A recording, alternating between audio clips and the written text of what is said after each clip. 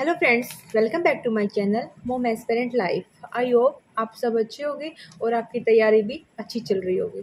जैसा कि आपको पता है, जो एस्टेट है वो हमारा जुलाई में होने वाला है, जुलाई 2025 में। ठीक है, बहुत लंबे टाइम से इसका वेट किया जा रहा है और अब डायरेक्ट हमें चेयरमैन सर से बात मतलब मैसेज सुना है ये कि हाँ, हम एग्ज़ाम है जो वो जुलाई में लेने वाले हैं और हमारी फुल तैयारी है एग्ज़ाम लेने की। ठीक है, तो अभी किसी चीज़ का हमें वेट नहीं करना है, ना कि ऑफिशियल नोटिस का, ना किसी नोटिफिकेशन का, ना कोई मतलब एग्ज़ाम डेट का फिक्स का। ठीक है, आपको सिर्फ जुलाई मंथ को टारगेट करके और अपनी तैयारी को कंटिन्यू करना है। तो थोड़ी सी हम उस चीज़ के बारे में बात कर लेते हैं, क्योंकि अब बिल्कुल डिले पड़े हो गए सभी के सभी बच्चे। यहाँ एग्ज़ाम तो कहीं दिख ही नहीं रहा, आसपास दिख ही नहीं रहा। ये भी हो रहा था कि एग्ज़ाम एक ही होगा, दिसंबर में ही होगा, डायरेक्ट फॉर्म रीओपन होंगे, लेकिन अभी फाइनली हमें पता चल गया कि हमारा एग्ज़ाम जुलाई में होने वाला है। ठीक है, तो थोड़ी सी हम उसके बारे में बात कर लेते हैं। जैसा कि आपको पता है, 3 लेवल का आपका एग्जाम होने वाला है, PRT, TGT, PGT. PRT level 1 to 5, TGT 6 to 8 और 9 to 12 हमारा पीजीटी। जो पीआरटी है उसके लिए हमारे क्या सब्जेक्ट्स हैं और कितनी कितनी परसेंट मार्क्स के हैं। तो सीडीपी है सबसे पहला 30 मार्क्स का, उसके बाद English 15 marks, Hindi 15 marks, Haryana GK 10 marks, reasoning 10 marks, math 10 marks, EVS 30 marks, math 30 marks. तो ये हमारा 150 का हमारा सिलेबस सब्जेक्ट है जो रहने वाले हैं। 150 क्वेश्चन आएंगे। ठीक है, और 90 मार्क्स हमारे इसमें पासिंग है जनरल स्टूडेंट के लिए। ठीक है, और जो पेपर हमारा ऑफलाइन होगा, इसमें नेगेटिव मार्किंग नहीं है और 150 मिनट ही हमें इसके लिए मिलेंगे। ठीक है, तो जो पीआरटी के स्टूडेंट हैं उनको किस चीज़ पर ध्यान देना है, किस सब्जेक्ट पर ज़्यादा ध्यान देना है। देखो, सीडीपी तो मेन है ही। ठीक है, सीडीपी आपको हर जगह मिलेगी, आपकी इंग्लिश में भी मिलेगी, आपकी हिंदी में मिलेगी, ईवीएस में मिलेगी, मैथ में मिलेगी सीडीपी। ठीक है, पेडा, तो ये तो मस्ट है, ये तो आपको करनी ही है। ठीक है, जो फिर उसके बाद आपको प्रैक्टिस करनी है ईवीएस की। ईवीएस की आपको एनसीईआरटी करनी है। अगर अभी तक भी नहीं की है तो आप अभी भी कर सकते हैं, अभी भी आपके पास टाइम है, 1.5 मंथ है। ठीक है, और ईवीएस करना आपके लिए मस्ट है, क्योंकि आपकी ईवीएस 30 मार्क्स की आएगी और 1 to 5 क्लास तक ईवीएस की आप बुक उठा लोगे तो ईजिली कर सकते हो। जब 5वीं क्लास तक का बच्चा उस चीज़ को कर रहा है तो आप क्यों नहीं कर सकते। ठीक है, अगर वो मतलब 6 महीने में एक बुक को कर रहा है, लेकिन आप तो 6 दिन में भी कर सकते हो ना उस बुक को। ठीक है, तो आपको ये चीज़ करनी है। फिर करना है आपको मैथ 30 मार्क्स का। कई सारे बच्चों का क्या रहता है कि मेरे को मैथ से डर लगता है, मेरा मैथ की वजह से एग्ज़ाम नहीं हो रहा। हम आज के टाइम में कंपटीशन के जो एग्ज़ाम है हमारे, उनमें किसी भी सब्जेक्ट्स को ऐसे ढीला नहीं छोड़ सकते कि ये मेरा वीक है, इसको मैं छोड़ देती हूँ, और जो मेरे स्ट्रॉन्ग सब्जेक्ट है सिर्फ उनको कर लेती हूँ तो मेरा एग्ज़ाम हो जाएगा। ऐसा नहीं है। ठीक है, आपको आपके वीक जो सब्जेक्ट है उस पर भी ध्यान देना होगा। चलो, कोई सब्जेक्ट मान लिया आपका जो वीक है वो 10 मार्क्स का है, 10 में से 10 नहीं, कम से कम 5-6 तो लेके आओ। अगर उसको बिल्कुल ही टच नहीं करोगे तो फिर आप कंपटीशन से बाहर हो जाओगे, तो कोई चांस नहीं बनता कि आपका एग्जाम क्लियर हो। ठीक है, तो आपको डरना नहीं है किसी सब्जेक्ट से। जिस सब्जेक्ट्स में डर लग रहा है आपको, उसके टफ चैप्टर छोड़ दो। पहले उसके जो मतलब इजी चैप्टर हैं जिनमें आपका कॉन्फिडेंस बिल्डअप हो रहा है, आप वो चैप्टर उठाओ और उन चैप्टर की प्रैक्टिस करो। ठीक है, आपका जो वीक सब्जेक्ट है उस पर ज़्यादा टाइम दो, और जो स्ट्रॉन्ग है उसका बस रिवीजन करते जाओ।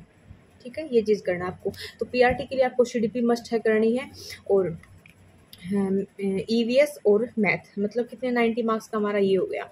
इंग्लिश मतलब 4-5 दिन लगा लिए इंग्लिश के लिए, 4-5 दिन लगा लिए हिंदी के लिए। इंग्लिश में जो भी चैप्टर्स हैं उनके रूल्स हैं जो भी मस्ट हैं वो कर लेना। हिंदी के जो भी चैप्टर्स हैं, जो भी इम्पोर्टेंट्स हैं वो कर सकते हो आप। ठीक है, आगे मैं बताऊंगी कौन से चैप्टर्स इम्पोर्टेंट हैं। ये वाली चीज़ हमें करनी है पीआरटी के लिए। उसके बाद जो टीजीटी है उसमें क्या है, CDP 30 marks, English 15 marks, Hindi 15 marks, Haryana G K 10 marks, reasoning 10 marks, math 10 marks और सब्जेक्ट हमारा 60। सीडीपी मस्ट है, आपको तीनों लेवल के लिए सीडीपी जरूर करनी है। फिर उसका सब्जेक्ट है जो टीजीटी और पीजीटी में आपका सब्जेक्ट पर आपको ध्यान देना है। दूसरी चीज़, जिसने हरियाणा जीके अभी तक नहीं पढ़ी है, अब मत टच करना। 10 मार्क्स की हरियाणा जीके आएगी, तो सिर्फ आप घटना चक्र उठा सकते हो। उसके साथ साथ हरियाणा चक्र में से जो घटना चक्र है उसमें से हरियाणा जीके करो आप, क्योंकि घटना चक्र में क्या होता है, कोई एक क्वेश्चन दिया हुआ है, उसका नीचे आंसर दिया जाएगा और उस क्वेश्चन की पूरी एक्सप्लेनेशन दी जाएगी। मान लिया उस क्वेश्चन से रिलेटेड 2-3 क्वेश्चन भी बना रहे हैं ना, तो वो भी आपके यहाँ से आपको क्लियर हो जाएंगे। ठीक है। तो घटना चक्कर का फ़ायदा हमारा ये है, तो आप घटना चक्कर से कर सकते हो। प्रीवियस ईयर जितने भी हरियाणा जी के क्वेश्चन आए हैं वो कर सकते हो। ज़्यादा टाइम ना वेस्ट करें, उस पर कम टाइम वेस्ट करें। रीजनिंग को अभी कोई टाइम नहीं देना है। मैं भी एक वीडियो बनाऊंगी रीजनिंग की, जिसमें मतलब जहाँ हम गलती करते हैं 10 में से 10 लेके आने के लिए, जहाँ गलती होती है हमारी, सिर्फ वो टॉपिक्स, सिर्फ वो पॉइंट मैं आपको करवाऊंगी। बाकी जो चीज़ें ईजी हैं वो तो आपको आती होंगी, ठीक है ना। उन चीज़ों पर टाइम वेस्ट नहीं करना है। उसके बाद पीजीटी में भी हमारा यही सब्जेक्ट्स रहना है, ठीक है। अब सीडीपी के कुछ चैप्टर्स हैं वो बता देती हूँ मैं कौन कौन से हैं। जो चाइल्ड डेवलपमेंट है वो बहुत इंपॉर्टेंट है। कोलबर्ग वाइगोत्स्की ये बहुत इंपॉर्टेंट है। उसके बाद इंक्लूसिव एजुकेशन मोस्ट इम्पोर्टेंट है। फिर है motivation learning, strategy of learning, basic process of teaching and learning, ये भी इम्पोर्टेंट है। अब हिंदी में, हिंदी के मस्ट चैप्टर कौन से इंपॉर्टेंट जो आपको करने ही है। संज्ञा सर्वनाम विशेषण थोड़ी थोड़ी पहचान इनकी क्या है, पढ़ लेना जरूर। क्रियावचन लिंग थोड़ी थोड़ी पहचानी तो बेसिक सी बातें ये तो कर लोगे। उपसर्ग व्यापृत एक इम्पोर्टेंट चैप्टर है, इससे क्वेश्चन आता ही आता है, ठीक है। वाक्य किस टाइप का, इससे भी 1-2 क्वेश्चन जरूर आता है। सरल है, संयुक्त है, मिश्रित है, एक बार एक नज़र से देख लोगे, 1-2 घंटा लगा लोगे, इस पर हो जाएगा आपका। अनेकार्थी स्मृति इनमें बहुत टाइम लगता है, ठीक है। फिर भी एक बार अगर आपके पास टाइम है तो आप उन चीज़ों को रिवाइज करना। अलंकार, संधि, तत्सम, तीनों चैप्टर हैं जो आपके मस्ट हैं। अलंकार, संधि और तत्सम, ठीक है, तीनों मस्ट हैं।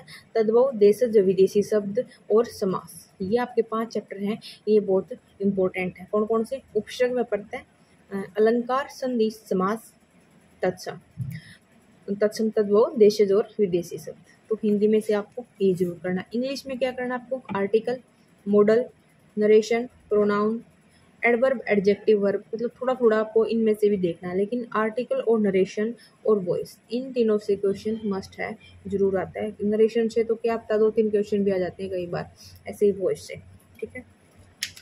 और सिनोनियम एंटोनियम पे तो पता आपको बहुत टाइम लगेगा, इनका तो पता ही नहीं भी कहीं से कहाँ से क्या आ जाए, तो ऐसी चीज़ों पर आपको टाइम वेस्ट नहीं करना है। अब है ईवीएस। ईवीएस के जो मतलब पीआरटी का सब्जेक्ट है जो ईवीएस, उसमें कौन से चैप्टर इंपॉर्टेंट है? सबसे चैप्टर इंपॉर्टेंट है फूड, फूड सोर्सेज, मतलब कौन सा फूड हमें किस सोर्स से मिलता है, कंपोनेंट ऑफ फूड, ठीक है। दूसरा है मटेरियल, ठीक है। फिर थर्ड है moving things, people and ideas. Fourth है how many things work, electric current and circuit.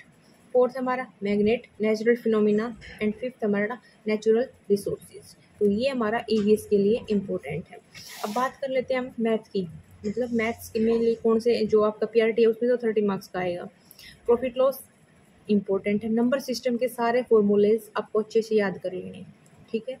उसके बाद एवरेज इंपॉर्टेंट है, पक्का इससे क्वेश्चन आता है। एज पे क्वेश्चन पक्का आता है। स्पीड, डिस्टेंस, टाइम से पक्का क्वेश्चन आता है। बोर्ड एंड स्ट्रीम से भी क्वेश्चन कंफर्म है, आता है।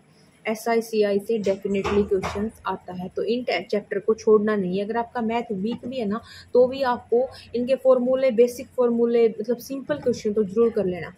तो आपका पीआरटी लेवल के अकॉर्डिंग आपके सिंपली क्वेश्चन आएंगे, इतना टफ नहीं पूछा जाएगा कि आप डायरेक्ट फार्मूला से निकाल पाओ। फिर हमारा टाइम एंड वर्क, फिर क्या हमारा टाइम एंड वर्क। तो ये था हमारा मैथ के लिए, ठीक है। तो एक छोटी सी वीडियो थी कि आप किस टाइप से आप तैयारी कर सकते हो। 3 चीज़ें इंपॉर्टेंट है, मस्ट हैं एग्जाम क्लियर करने के लिए। सबसे पहले जो हमारा सिलेबस है, जो हमने डिस्कस किया है, उसको रिवाइज़ करो। अगर आपने कर लिया है तो रिवीजन करो, और रिवाइज़ नहीं किया है, मतलब पढ़ाई नहीं है, तो अभी भी टाइम है, अभी भी आप पढ़ सकते हो, ठीक है। दूसरी चीज़ क्या है? प्रीवियस ईयर क्वेश्चन की प्रैक्टिस करो, ठीक है। तीसरी चीज़ क्या है? मॉक लगाओ, ठीक है। अगर आपका सिलेबस पहले से हो चुका है और आपको सिर्फ प्रैक्टिस करनी है, तो ये अच्छा टाइम है कि आप मॉक लगाओ, और इतना डेफिनेटली हो जाओ मॉक दे दे के कि हाँ आपके 90 मार्क्स कोई रोक ही नहीं सकता, ठीक है। आपका एस्टेट इस बार क्लियर है, क्योंकि आपको भी पता है एस्टेट के बाद वैकेंसीज भी आनी है हमारी सभी टीचिंग एग्जाम्स की। तो ये एस्टेट आपका क्लियर होना चाहिए, ताकि आप नेक्स्ट एस्टेट के लिए तैयारी ना करो और आप स्क्रीनिंग के लिए तैयारी करो, ठीक है। अगर आपको वीडियो अच्छी लगे तो आप जरूर लाइक करना। Thank you so much for watching this video. Thank you.